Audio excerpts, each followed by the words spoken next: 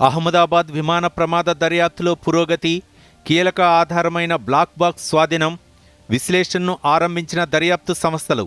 Boeing విమానాల్లో భద్రతా తనిఖీలు చేపట్టాలని ఎయిర్ ఇండియాకు డీజీసీఏ ఆదేశం. అహ్మదాబాద్ విమాన ప్రమాదంపై ప్రధాని ఉన్నత స్థాయి సమావేశం. అహ్మదాబాద్ సివిల్ ఆసుపత్రిలో బాధితులతో మాట్లాడిన మోదీ.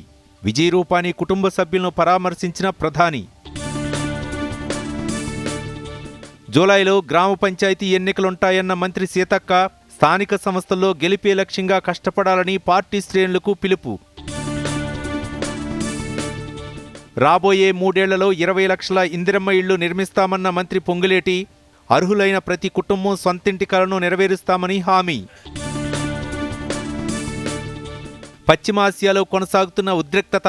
ఇజ్రాయెల్పై 100 డ్రోన్లతో ఎదురుదాడికి దిగిన ఇరాన్. శాంతి చర్చల ద్వారా సమస్యను పరిష్కరించుకోవాలని ఇరు దేశాలకు భారత్ విజ్ఞప్తి. రాష్ట్ర వ్యాప్తంగా 5 రోజుల పాటు ఓ మోస్తరు నుంచి భారీ వర్షాలు. పలు జిల్లాలకు ఎల్లో అలర్ట్ జారీ చేసిన హైదరాబాద్ వాతావరణ కేంద్రం.